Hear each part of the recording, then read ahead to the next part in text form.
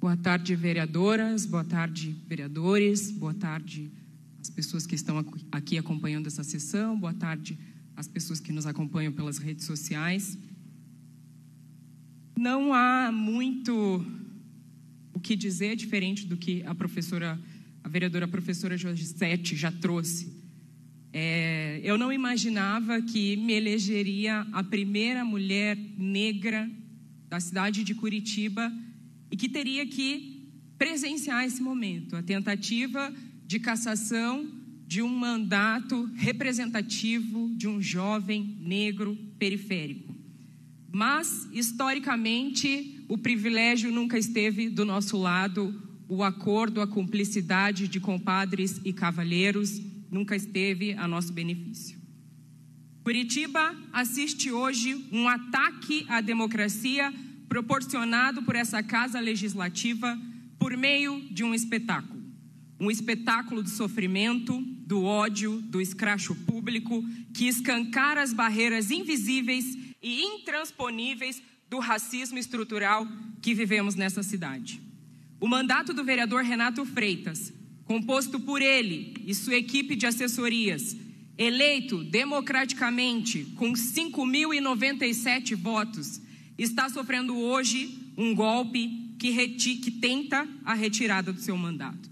Um ato explícito de silenciamento de corpos, mentes, ideias representadas por esses que compõem esse mandato. Corpos negros, periféricos, pobres, que vêm da luta e da resistência para existir. Resistir e sobreviver a todas as atrocidades que a sociedade e o sistema capitalista joga sobre nós. Esse espetáculo, construído com direito a voto em 2 turnos, trata-se de uma das maiores injustiças contra a população que já se sente pertencente a esse espaço. Pela falta de representantes negros.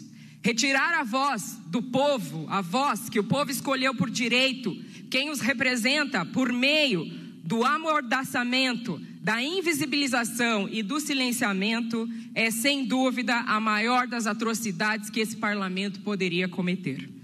O mandato do vereador Renato Freitas foi eleito democraticamente e não há fundamento jurídico, e isso já ficou mais do que demonstrado, que justifique a sua cassação.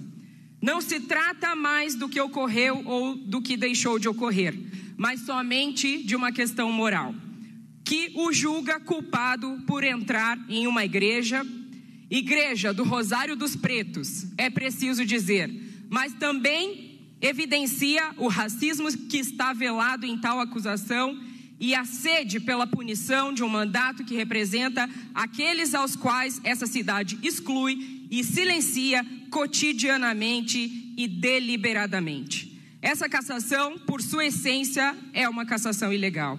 Se baseia em uma suposta quebra de decoro que não se sustenta, nem na legalidade, nem na constitucionalidade, muito menos na proporcionalidade de sua sanção.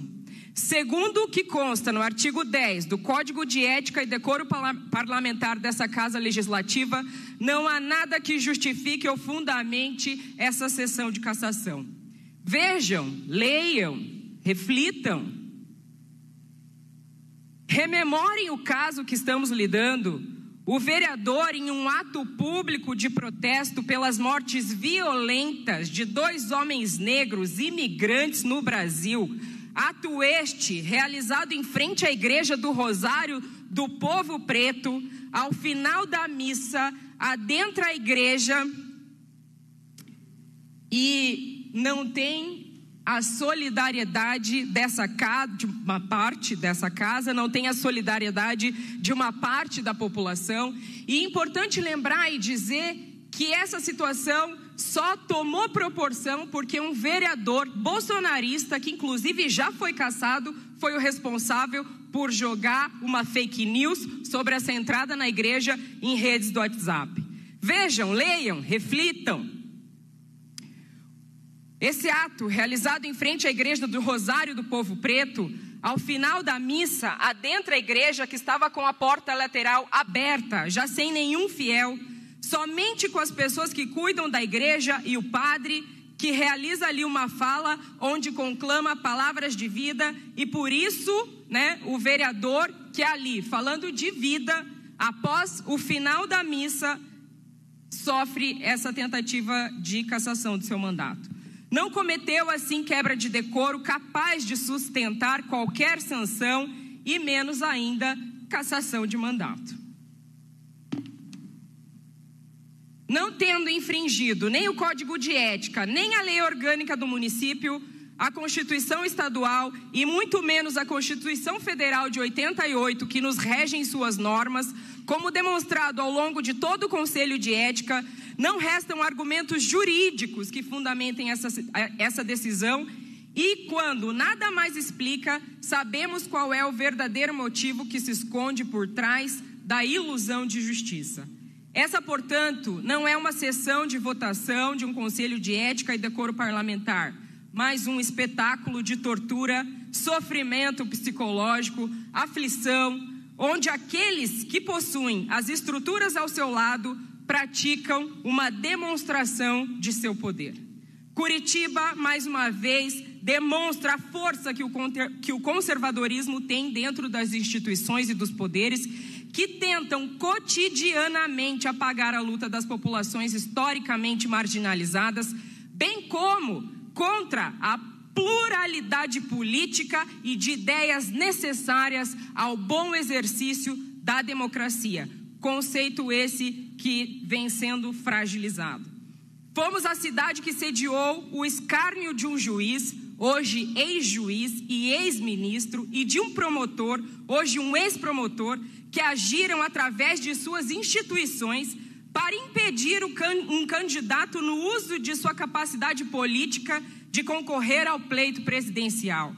Foram 4 anos de um inquérito sem fundamento que tem sido paulatinamente anulado em sua origem pelos diversos vícios e diversas inconstitucionalidades realizadas, já amplamente reconhecidas pelo judiciário brasileiro e internacionalmente.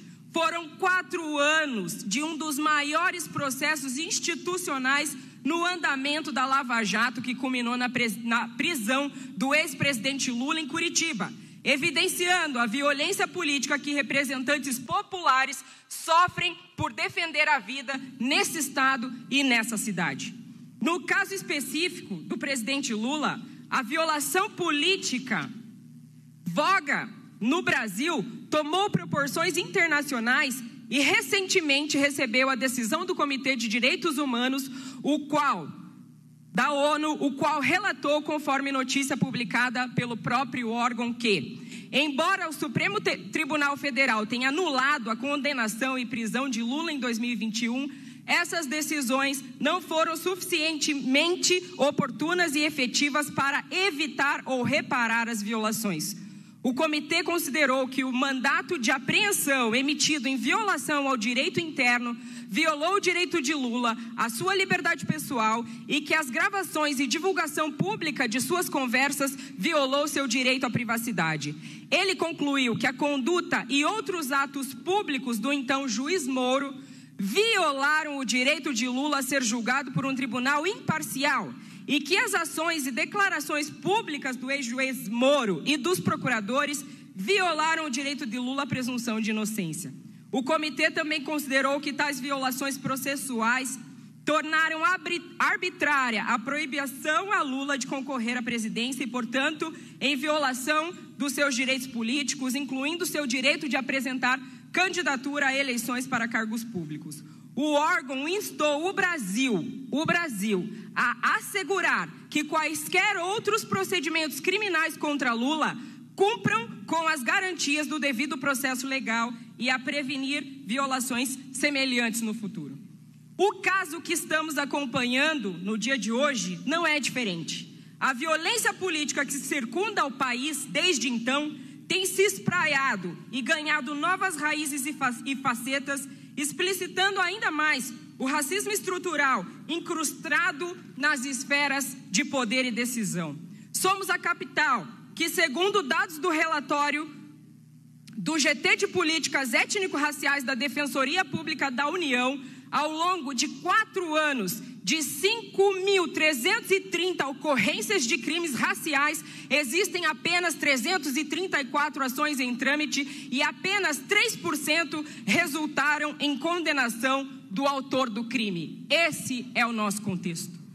Assim diz o relatório: no que tange às condenações em processos relativos a crimes raciais, o TJ Paraná apresenta que entre 1/1 de 2015 e 11/2 de 2020, tão somente 16 casos no estado do Paraná obtiveram esse resultado, resultando em aproximadamente 3 condenações por ano. Não se sabe, porém, qual o número total de ações extintas, incluindo casos de absolvição e de extinção sem exame do mérito.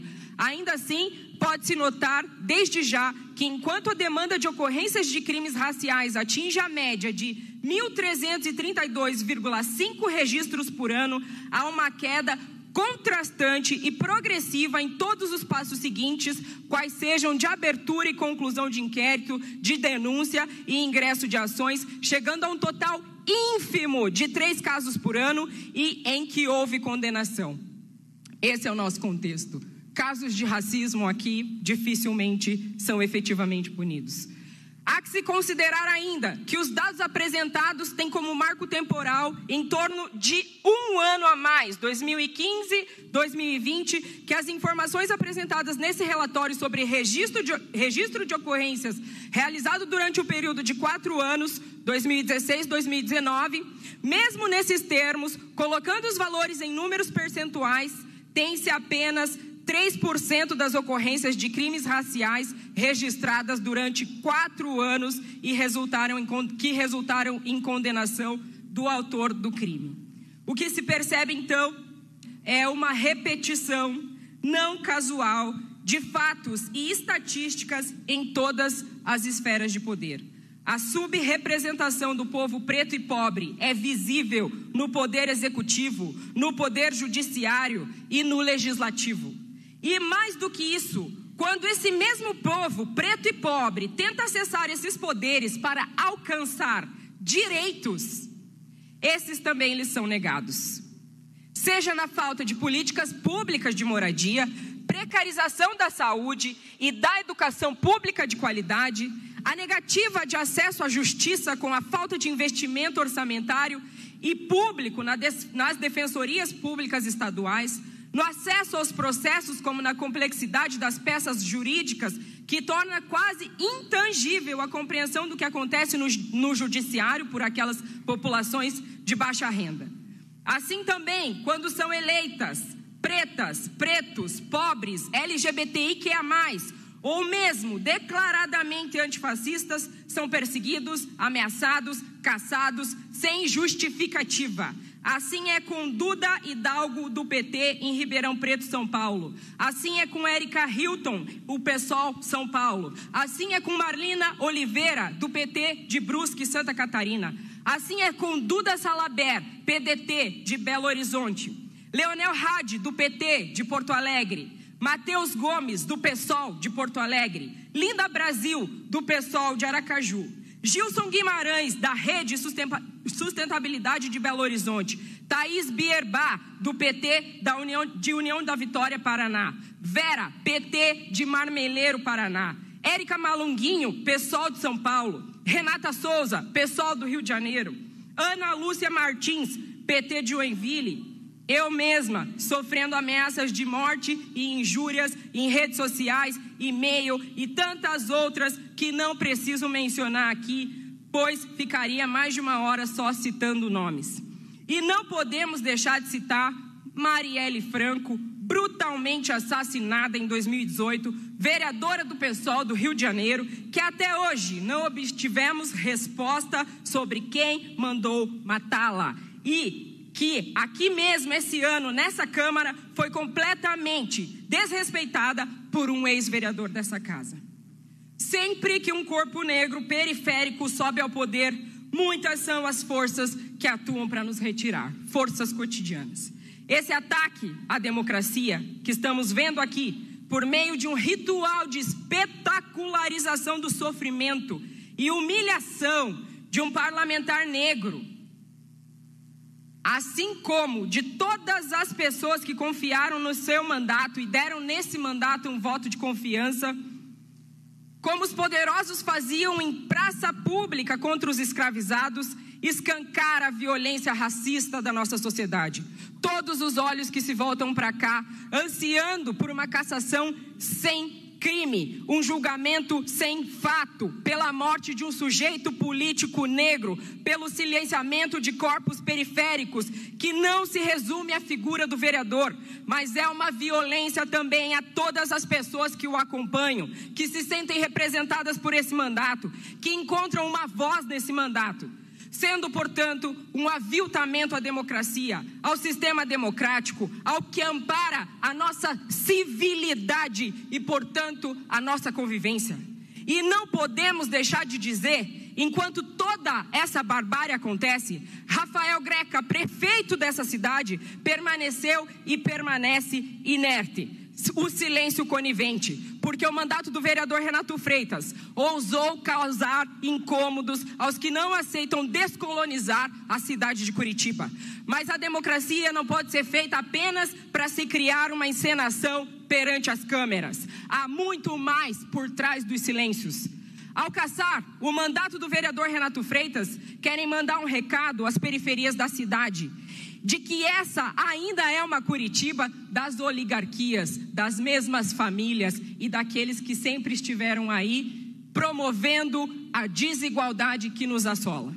Essa mesma elite que se cala, suposta elite que se cala e aceita a morte de Moise, Genivaldo de Jesus dos Santos, Durval Teófilo, Lucas Vicente, George Floyd, João Freitas, Kathleen Romeu, Breonna Taylor, Luana Barbosa dos Reis e de todos os demais corpos jovens mortos a cada 23 minutos no Brasil, corpos negros mortos a cada 23 minutos no Brasil, que representam 75% das mortes por arma de fogo no ano de 2000, que consente com uma vítima de feminicídio a cada 7 horas no país e uma morte por homofobia a cada 23 horas.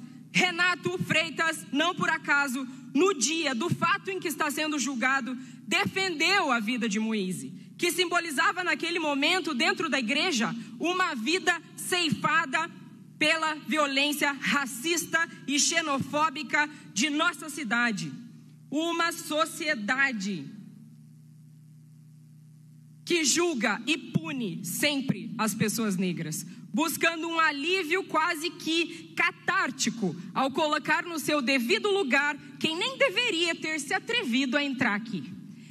Não por acaso temos mais de 50% da população negra, porém temos apenas 32% de representações negras no país, enquanto a população negra carcerária chega a 66,7%. Esse é o reflexo de um sistema que pune e criminaliza os corpos negros e nos afasta dos espaços de poder e tomada de decisão. O mandato do vereador Renato Freitas é simbólico e representa muito para toda a população, não só de Curitiba, mas sim do país e de todas as pessoas que lutam contra a desigualdade, contra a exclusão, contra a criminalização que nos assolam cotidianamente.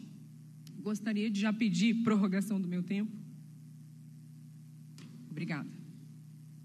Por tudo que expus, por me opor a esse espetáculo público, me opor a esse discurso de ódio, me opor ao racismo, à invisibilização, me opor ao silenciamento das vozes negras e mais ainda, por entender que não há razão legal para o que está acontecendo nesse dia, nessa casa legislativa, é que votarei contra a cassação, obviamente, do mandato do vereador Renato Freitas e solicito a todas e todos aqueles vereadores minimamente conscientes do que isso significa nesse momento atual da sociedade, que também sejam contrários e não compactuem com essa ilegalidade e inconstitucionalidade e esse ato de linchamento e punitivismo deliberado e parcial.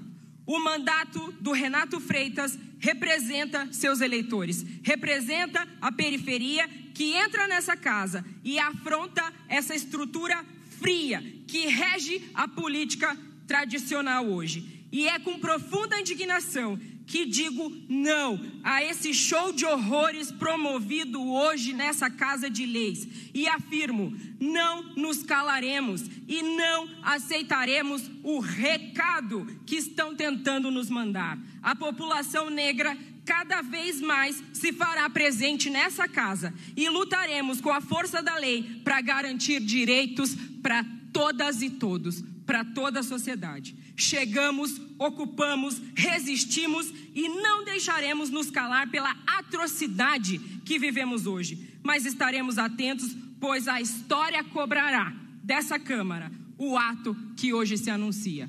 Muito obrigada. Obrigado, vereadora. Próxima vereadora.